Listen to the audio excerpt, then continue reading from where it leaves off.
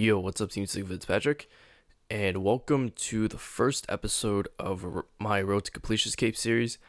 So, just a little backstory. I actually obtained a Completionist Cape on my main account on, I think, October 2013, and about 7 months after that, I got really bored of the account, and that's when I started making quest guides. So, it's been a little bit over 2 years since I started making these guides.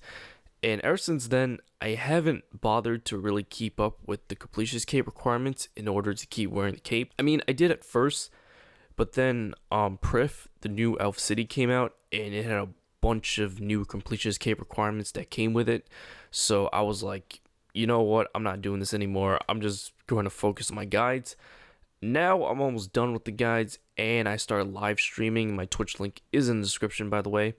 So I decided to get the Completionist Cape back, and there are actually enough requirements for me to make a series out of.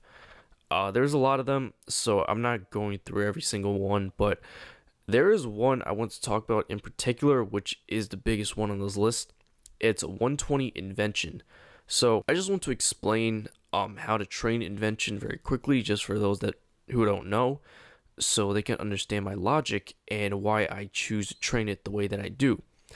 First off, there are many ways to level Invention, but one of the cheapest and I think like the most common methods that people use is to basically create an item called an augmenter, and you can attach the augmenter to a piece of armor or weapon, and this will allow you to level it up by killing things while wearing this augmented piece of equipment. You can then disassemble the item for XP. Obviously, the higher level the item, the more XP you get when you disassemble it. When you disassemble an item, you do lose it. So obviously you don't want to use something too expensive, but that also means that the equipment's not as strong. However, there's a second option. You could choose to siphon the equipment instead, which will give you a little bit less XP, but you don't lose your equipment. I will admit, disassembling an item is much faster XP, even if you're using lower level items. However, I prefer to siphon because it allows me to use my regular gear, and I just do Slayer like I normally would. When I live stream this, people would constantly tell me that disassembling is faster, and they ask me why I'm not killing a specific monster, because there are monsters that can level up your gear faster than others. But here's my logic. So like at the end of the day, it's not really that bad, because it's no different from just doing Slayer normally, and I enjoy Slayer, which I think a lot of people forget that about the game sometimes. Like, video games are supposed to be fun, right? Like, they don't have to be competitive. You don't have to grind all the time. I mean, if you find the competitive part to be fun, then by all means do you. Like, I'm not knocking it, but I'm just saying you need to understand why I would choose the way that I prefer to train it over the repetitive grind that gets me faster XP. Also, I think, doing it this way with like Slayer and stuff provides a better content. Like, do you really want to watch me kill the same monster for 10 hours a day? Don't get me wrong though, I'm still very far from 120 Invention. I'm only about a tenth of the way there. So there might come a time where I'll get very impatient and just give in to the repetitive grind just to get my cape back. But as of right now, I have a slower way that allows me to do Slayer. It's also cheaper to siphon, which is good. By the way, I don't know if you noticed, but if you want to know why I choose to siphon at level 9 instead of level 12 or whatever, it's because when you're siphoning, the equipment XP that's required comparative to how much XP you get when you siphon is actually best at level 9. However, if you're disassembling, it's best to disassemble at level 10.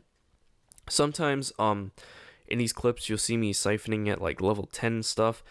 That's because that clip was from before I discovered this, or I just forgot.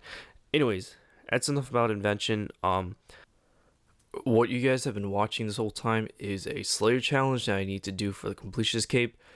So basically what the challenge is that I have to kill 10 specific bosses around RuneScape, which is Araxor, Giant Mole Hard Mode, the 4 God Wars dungeon bosses, Dagannoth Kings, King Black Dragon, Queen Black Dragon, and Cowfight Queen.